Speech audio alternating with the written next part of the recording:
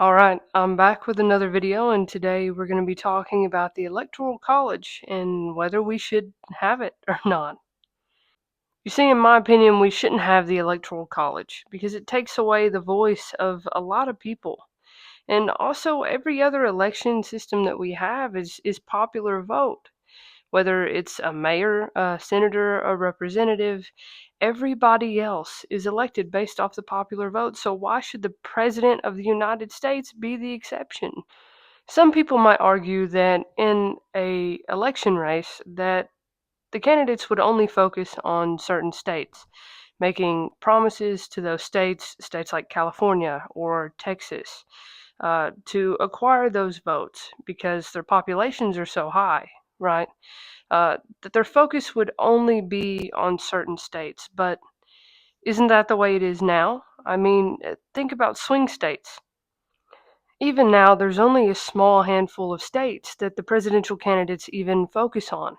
This last election in 2024, it was Michigan, Wisconsin, Pennsylvania, Georgia, and North Carolina.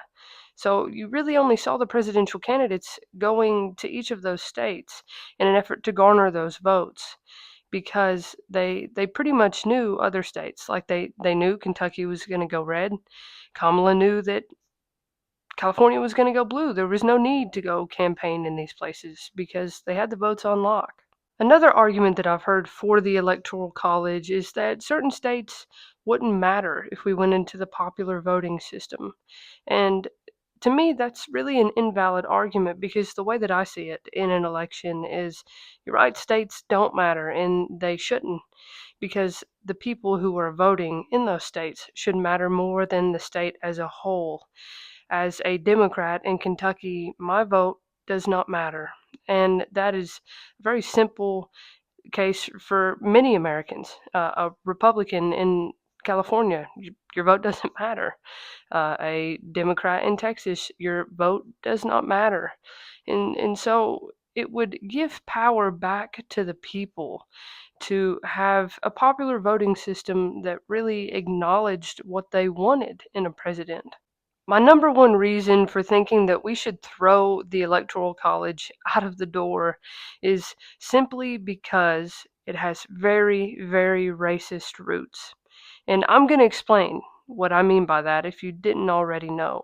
But in order to do that, I have to share with you a quote from James Madison. And if you didn't know, James Madison was a very staunch supporter of the popular vote system.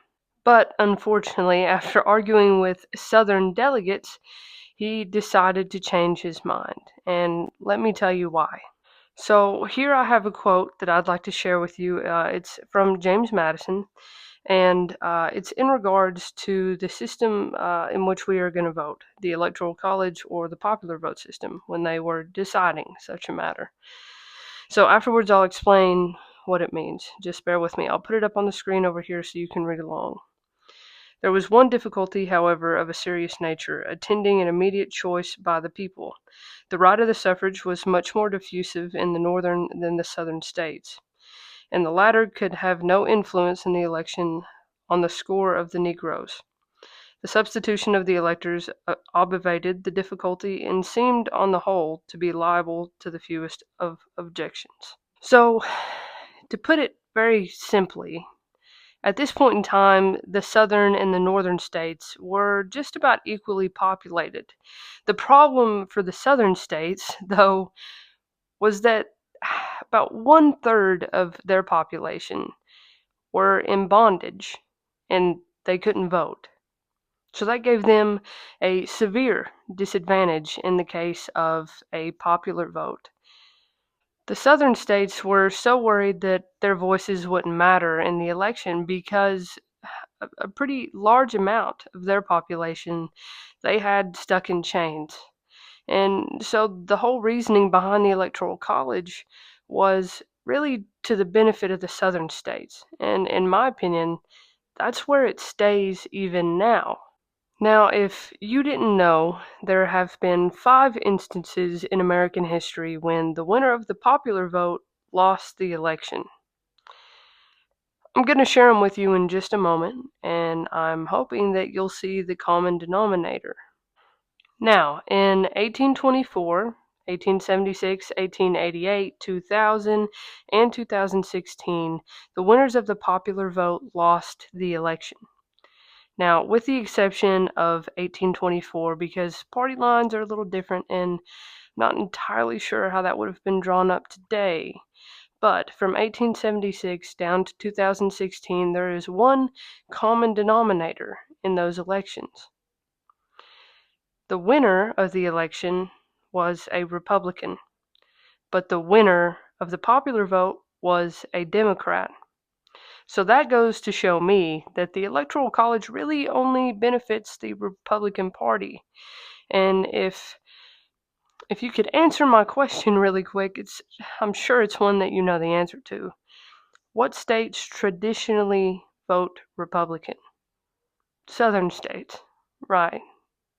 If you're anything like me, it's really unbelievable and it's stomach turning that the majority of Americans can vote for a candidate that does not win the presidential office. It's something that I think needs improvement, but I don't know how close we are to that. So, what do you guys think? Do you think that we should keep the Electoral College? Do you think we should get rid of it? Let me know what you think in the comments, and like, subscribe, go check out one of my other videos, and let me know how you're feeling. Thanks for sticking around. I'll see you in the next one.